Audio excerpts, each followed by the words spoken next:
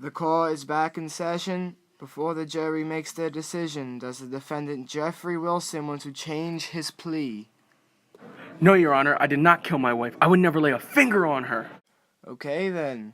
Jury, how do you find the defendant?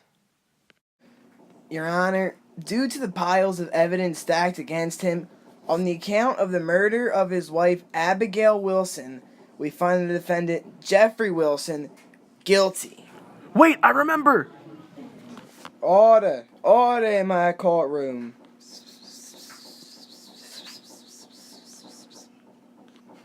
Your Honor, my client has just revealed something to me that he has just now remembered. Proceed. My client would like to plead insanity. Objection, Your Honor. This is all completely absurd. The jury has already made a ruling. Overruled. I want to see how this goes. Proceed with caution, though, Mr. Jones. My client has a memory disorder. He has just told me that his wife came in from gardening with a sharp gardening tool. Mr. Wilson then forgot that she was his wife and assumed she was an intruder who just broke into their home. Unbelievable. Control yourself. Holding a sharp, deadly object, the intruder approaches Mr. Wilson.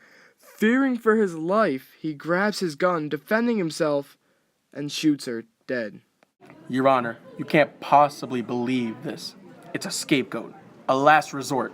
Only 15% of everyone who tries this insanity defense actually gets away with it. And who knows how many of them are actually telling the truth.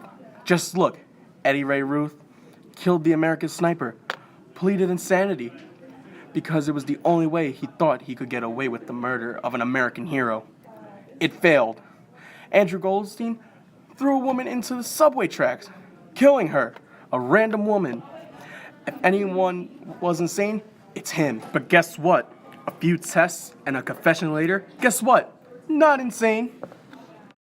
Daniel Sickles killed the DA, a politician on trial for murdering one of his own. Cases like that are done by non-insane people all the time. So why would anyone consider him to be insane? He killed the son of the man who wrote the Star-Spangled Banner. Why wouldn't they lock him up and throw away the key? Why even give him a chance? Because that's the law. Everyone deserves a fair trial, no matter how sick they may be. My client is a murderer, just like Sickles. And just like Sickles, there is something wrong with his brain. Sickles was acquitted after the court followed the rules of this country and allowed him to be examined and tested. He was found to have insanity just like my client will. For goodness sake, Your Honor, a princess killer walked free after finding a tumor in his brain. Watch it, Jones. I will allow your client to be tested by professionals and cross-examined by the prosecutor. You are on thin ice, Jones. I do not like it when people pull this scheme in my courtroom last second.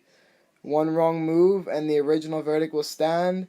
We all have families of our own to return to, and the jury is giving up their lives for this. Be grateful I have granted this. It's not a scheme, Your Honor. It's the truth. Well, I'll have someone contact the examiners. But in the meantime, prosecution, would you like to examine the defendant?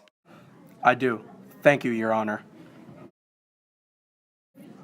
Mr. Wilson, can you give us your new version of the events again? Well, I forgot my lovely wife was my wife, and she came from gardening with a weapon. I thought my life was in danger, so I shot her. And where did you kill her? The kitchen. And earlier this trial before this insane insanity defense, where did you say the gun was kept again? Upstairs in the closet in my room. So the gun was upstairs and you shot her in the kitchen. Now you weren't planning on killing someone that day, so you wouldn't have been holding the gun in your hand. So if you weren't expecting an intruder in your house, how did the gun get from your shelf in your closet in your room to your hand in the kitchen pointed at your wife? Let me remember. No, wait, I remember now. I saw her in the garden, and I went to go grab my gun, and when I came back downstairs, she was already in the house. But you said she came into the house and you already had the gun. I forgot. You forgot. No further questions, Your Honor. Mr. Wilson, how long were you married to your wife? Objection, Your Honor. Relevance. Overruled. Proceed, Mr. Jones, but get to the point. Mr. Wilson, please answer the question. 14 years. Did you love your wife? Yes, I did. Very much. So you would never hurt her? Never in a million years. Do you know who this woman is? Yes, I do. And who is she? That's the woman who broke into my house and tried to kill me. Note that the defendant identified his wife, Abigail Wilson, as the intruder and not as his wife. Mr. Wilson, where was your wife at the time of the murder? She was gardening outside. And how long have you been married to your wife? 20 years. I will never forget our wedding day. And who is this woman again in the photo? Well, that's my wife. And what's your wife's name? Her name, her name was, You do remember, right, Mr. Wilson? Marissa. Yeah, that's it, Marissa. And how long have you and Marissa been married? You asked me this already. Why do you keep asking? I've said it before. We've been married for 16 years. And did you kill your wife? No, I will never hurt my wife. I'll never lay a finger on her. But did you kill the lady in this photo? yes, it was in self-defense. She broke into my house. I think she killed my wife. I thought I was next. No further questions, Your Honor. Defense team rest. I just got word that the examiners are here. We will convene after a short recess. Hello, fellow juror. Yo, all this is crazy. I know. What do you think? He has to be faking it. He was experiencing no form of memory problems before the first time we said he was guilty. It's actually really frustrating that we're all still here. He's guilty, and now I want to go home and return to my life. Well, the fact that we are still here longer than expected is very upsetting.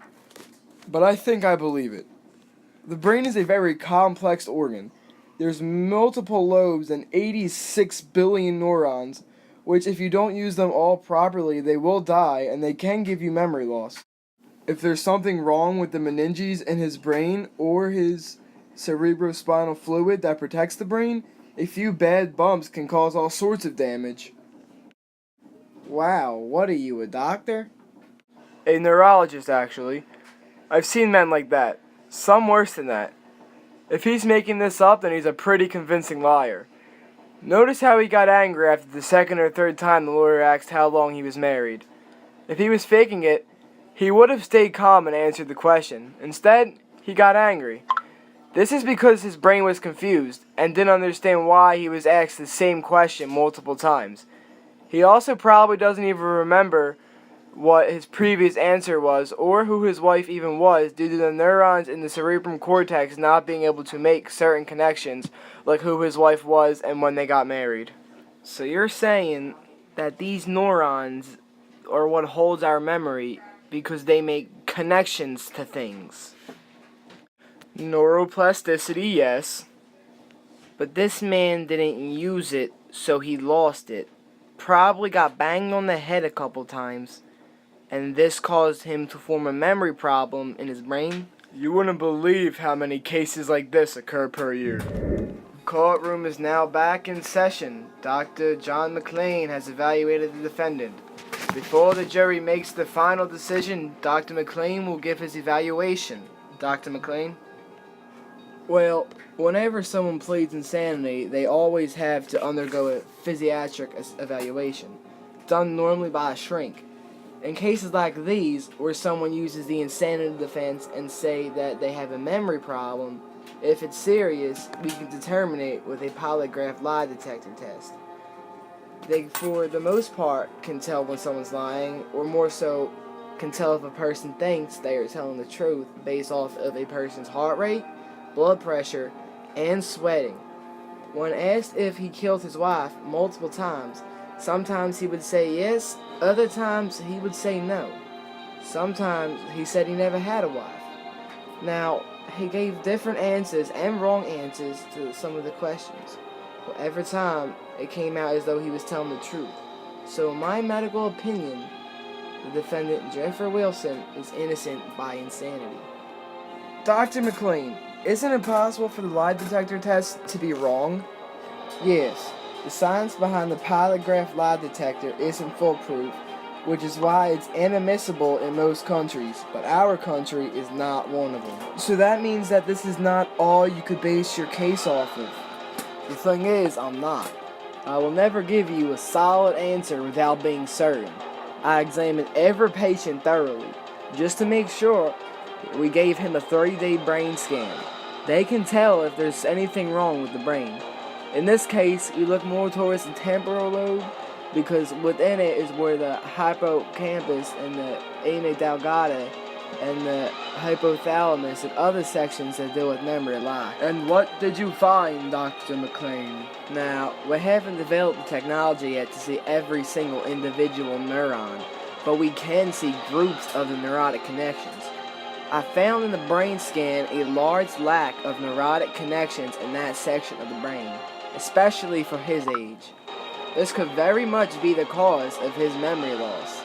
Looking at all the tests, there's no doubt that Mr. Wilson does suffer from a severe memory problem, and it has had it for quite some time. Well, all the facts are there, and in most cases where the medical examiner says they are innocent by insanity, we do not even need a jury to convict. Sorry for the inconvenience, and thank you for your time. I'm sure you all felt annoyed. Believe me, I did too. I hereby declare the defendant Jeffrey Wilson innocent by insanity. He will, however, be sent to a rehabilitation center where he will be put under 24-hour surveillance. This case is now adjourned.